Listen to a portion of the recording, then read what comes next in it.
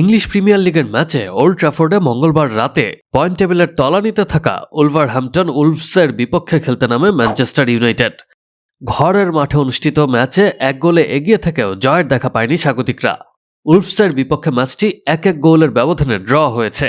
এই ড্রয়ের পর পয়েন্ট টেবিলে ইউনাইটেডের অবস্থানে কোনো পরিবর্তন আসেনি। 19 ম্যাচে 30 পয়েন্ট নিয়ে 6 নম্বরে রয়েছে তারা। এদিকে 19 ম্যাচে মাত্র 3 পয়েন্ট অর্জন করা উলভসের অবস্থান টেবিলের 20 নম্বরে, আর সর্বোচ্চ 45 পয়েন্ট নিয়ে শীর্ষে অবস্থান করছে আর্সেনাল।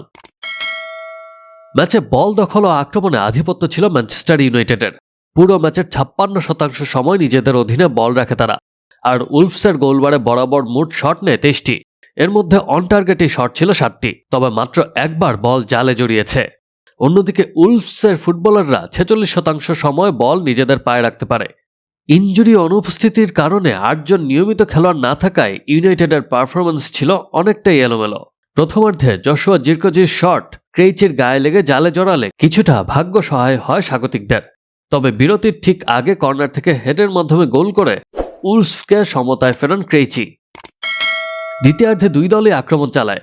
উলভসের প্যাট্রিক ডরসু শেষ দিকে গোল করলেও অফসাইডের কারণে তা বাতিল হয়। শেষ পর্যন্ত পয়েন্ট টেবিলের তলানিতে থাকা উলভসের বিরুদ্ধে 1 পয়েন্ট নিয়ে মাঠ ছাড়ে ম্যানচেস্টার ইউনাইটেড।